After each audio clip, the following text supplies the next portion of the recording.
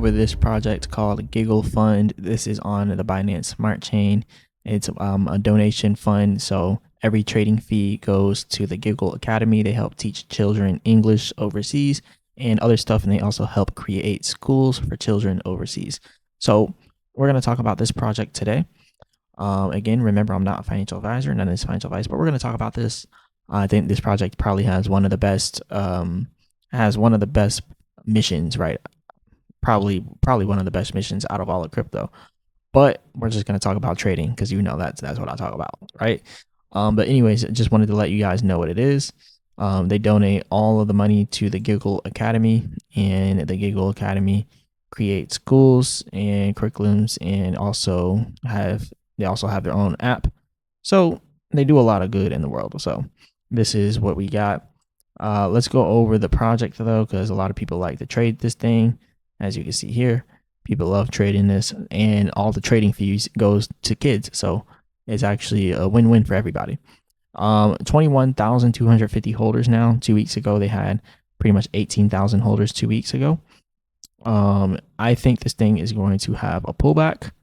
So, hey, maybe if you guys want to short it, you can short it. Trading fees go to the kids anyway.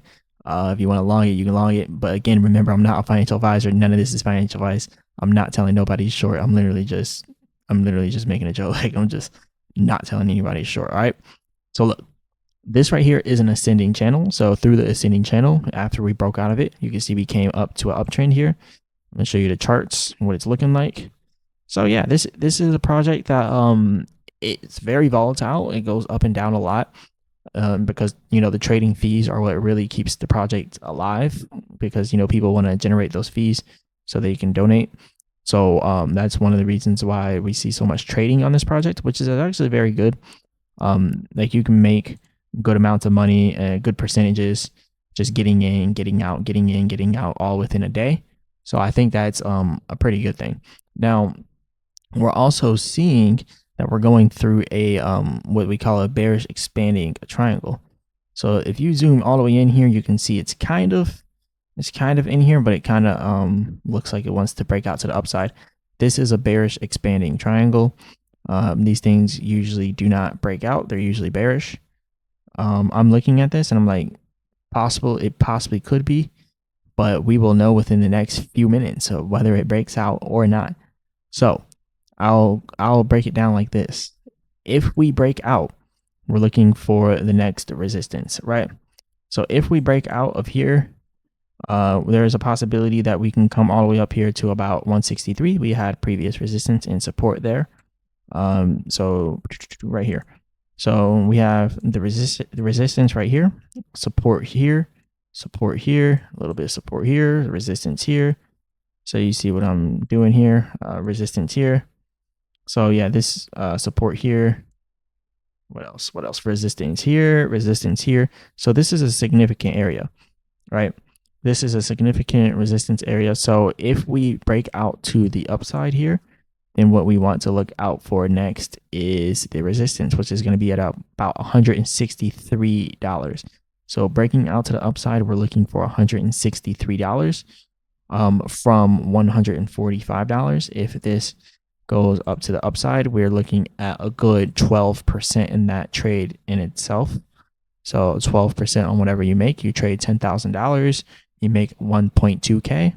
You trade $100,000, you're making $12,000 essentially. So that is the possibility with that particular trade right there.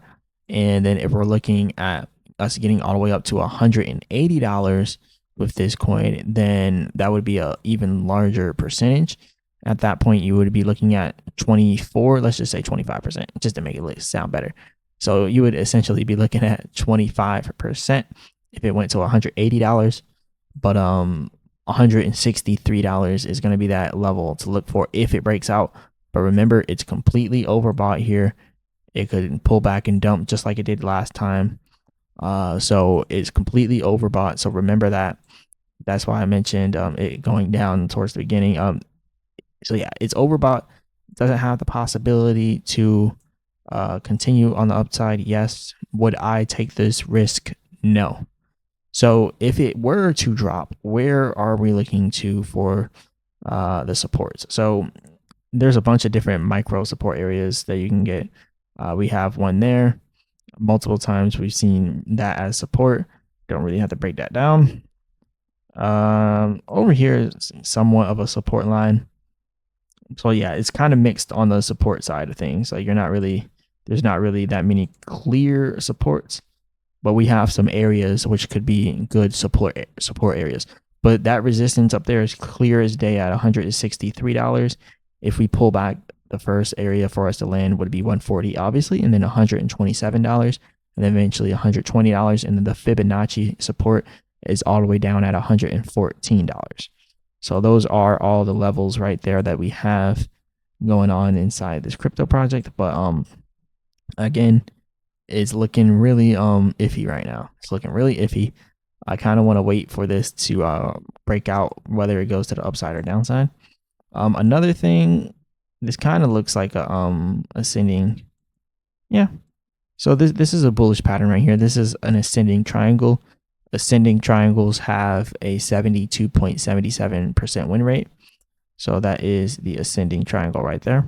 And as you can see up here at the top, this is the example of the ascending triangle. The 72.77 win rate comes directly from TradingView themselves.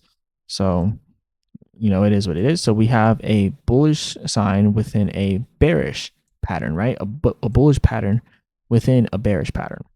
So that's pretty much what we're looking at right now. So it could break out to the upside or the downside. No one knows. Completely overbought here on the short-term time frame on the 5-minute chart. So a pullback and a crash could be a serious thing here. And I'm willing to bet that pullback happens. That's just how I'm feeling right now. I think the pullback happens more than anything. We'll see. We'll see. But anyways, remember, I'm not a financial advisor. None of this financial advice. Hit the like button, subscribe, all that good stuff. And as always, I'll be back with another video.